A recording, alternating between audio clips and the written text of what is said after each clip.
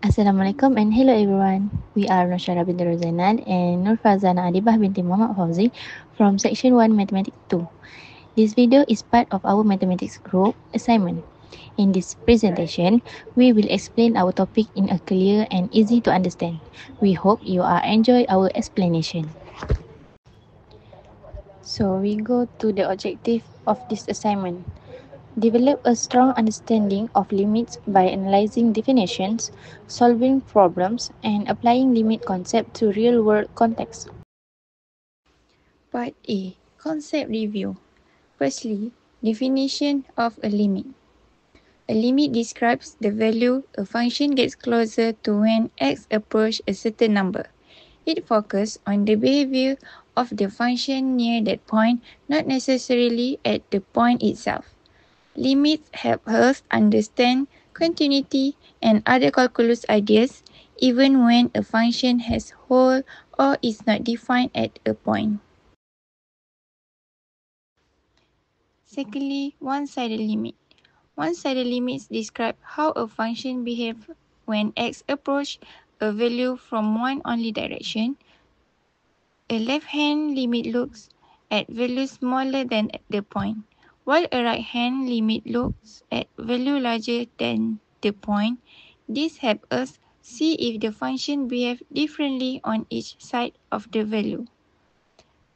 The two-sided limits exist only when the left-hand and right-hand limits are equal. If the behavior on each side is different, the overall limit does not exist. This is especially important for piecewise functions. Next, infinite limits. An infinite limit happens when the value of a function increases or decreases without bound as x gets close to a certain number. The function may rise toward infinity or fall toward negative infinity. This describes behavior, not an actual number. In infinite limits usually occur near vertical asymptote. These are points where the function becomes extremely large or small, causing the graph to shoot up or down sharply. Limit laws.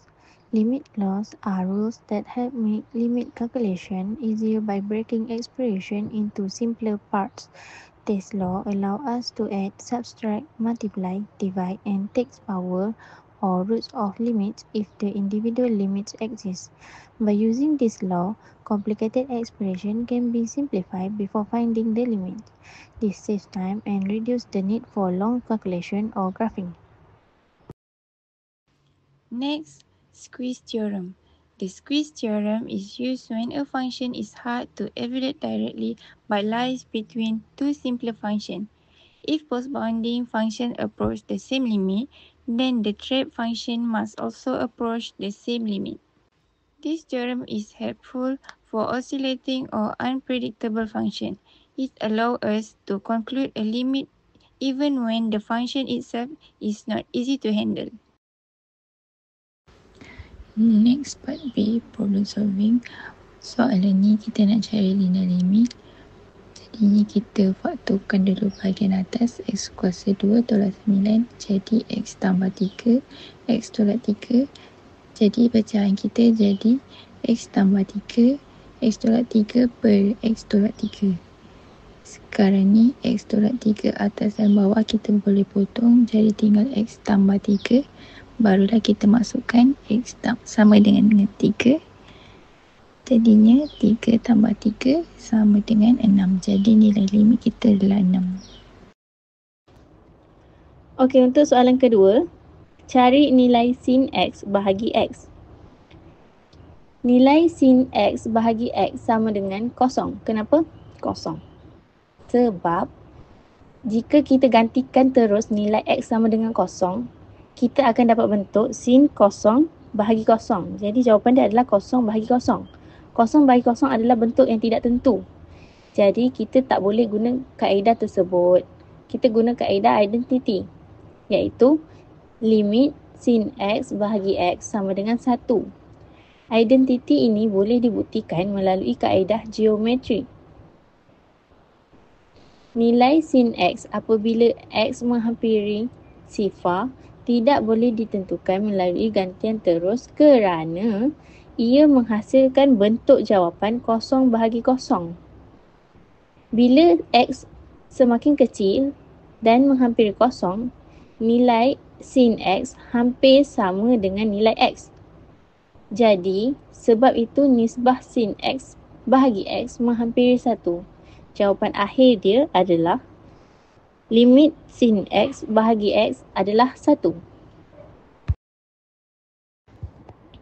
Okey, untuk soalan ketiga, cari nilai 5X kuasa 2 tolak X tambah 1 bahagi 2X kuasa 2 tambah 7.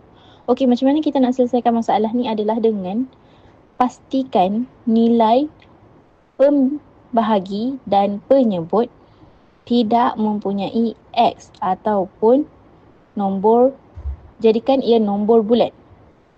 Untuk hilangkan X, kita perlu bahagi dengan X kuasa 2 kerana X kuasa 2 adalah kuasa tertinggi dalam soalan tersebut.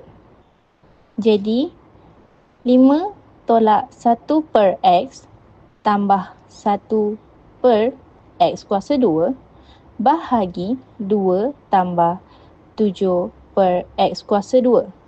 Jadi kita akan dapat jawapan limit 5 tolak kosong tambah kosong bahagi 2 tambah kosong. Kenapa kosong? Bila kita tekan kalkulator, kita akan dapat kosong. Kosong kerana apabila X sama dengan infinity, nilai 1X dan nilai 1 per X kuasa 2 menghampiri kosong kerana pembahagi menjadi semakin besar. Jadi jawapan dia adalah limit 5 bahagi 2. Jawapan terakhir adalah limit 5X kuasa 2 tolak X tambah 1 bahagi 2X kuasa 2 tambah 7 sama dengan 5 per 2. Untuk soalan ni kita nak cari limit bagi fungsi 1 per X kuasa 2 tambah X tolak 2. Kita gantikan nilai X sama dengan 2. Kita masukkan jadi 2 kuasa 2 tambah 2 tolak 2. Jadi fungsi dia jadi 1 per 4 tambah 2 tolak 2 sama dengan 1 per 4. Maksudnya bila X semakin dekat dengan 2, nilai fungsi dia makin dekat dengan 1 per 4. Sekarang kita tengok behavior of the function. Pertama, vertical asymptote berlaku bila penyebut sama dengan kosong. Faktorkan jadi X tambah 2, X tolak 1. Jadi penyebut kosong bila X sama dengan negatif 2 dan X sama dengan 1. Bermakna fungsi ni tak wujud untuk 2 titik.